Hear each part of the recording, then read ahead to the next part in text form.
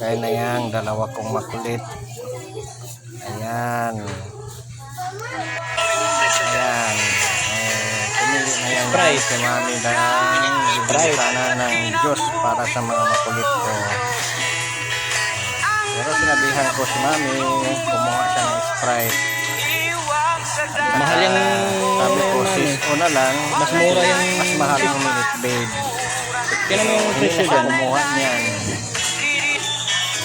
Ayan na. Minute Maid kasi mahal yan eh. Tingin-tingin na yan. Tingin-tingin lang. Katapos akala mo kukuha. Yun naman pala hindi. Ayan. Kumuha na siya ng 7-Up. Tinanong ko naman yan kung kukuha siya ng tosino. Ayaw naman niya. Ayan. Kumuha na siya ng 7-Up. Kukunin niya yung 7-Up ngayon. Ayan. Kasi maganda at mura kasi dito mang grocery sa bagong grocery. Malapit lang to sa amin.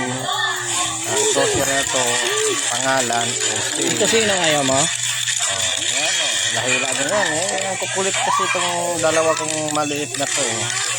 Makukulit tong mga to. Fish cracker mami. Punta na naman sila doon. Yan. Habang huminto sila, kumuha ako ng chicharon yan. Kasi gusto ko sana ng chicharon. Yan. Kaso nga lang, mahal pala yung chicharon na dinampot ko. Kumuha ako ng isa kasi may nakita akong yung cheese na chicharon. Yun ang mura. Yun ang kinuha ko. Ayan. Tapos, nawala na sila. Ayan. Yan. Hahanapin ko yan. Ayun. Pumunta pala doon sa mga lotion at sabon. Ayan. Pipili na ng sabon si Mami. Ayan. Pupunta na magbabayad.